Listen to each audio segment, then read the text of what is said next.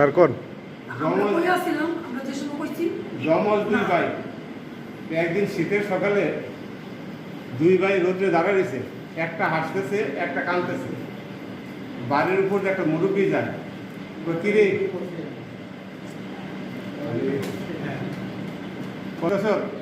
আর এটা কাঁদতেছে, ব্যাপারটা কি? তো আর মনে করে কিছু মনে করেন না, আমার মনে করে কারে দুইবার গোসল করে গেছে। শীতে তো গোসল করতেছে না, তো যেটা হাসতেছে আমার মনে করছে এটারে গোসল করেছে, আবার এটারে গোসল করেছে, আমার মনে করে তারা দুইবার গোসল করে গেছে। এখন কথা বলার অর্থ হইল আমরা তো এক পর্যায়ে গেছি, এখন আমরা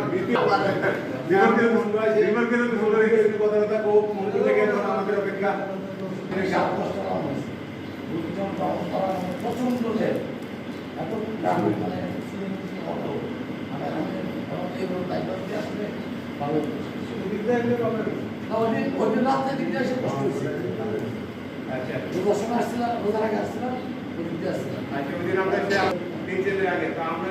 আলমগীর আমি মজুদুরের খাওয়া আর একসাথে মিলে গেছিলাম।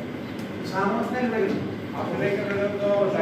এরপরে আমরা কি করবো, স্কুল আসবো তখন রাত্রিবেলা, আমাদের কেউ থাকে না, তখন আমি মজুদুর মিলে যাই, দিয়ে আমার স্কুলে ভালো ছিল, দিয়ে এক সময় করলাম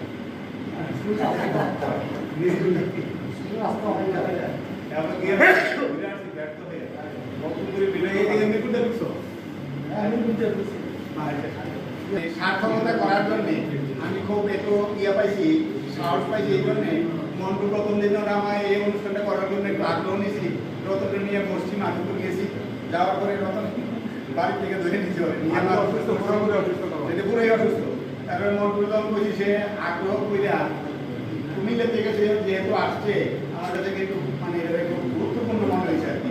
কারণ যে কুমিল্লা থেকে যে গাড়ি নিয়ে আসে, এটা ড্রাইভার নিয়ে আসছে, আইয়া তারপরে নাস্তা টাস্তা করে করতে তারা আসছে সন্ধ্যা থেকে তাই যাই।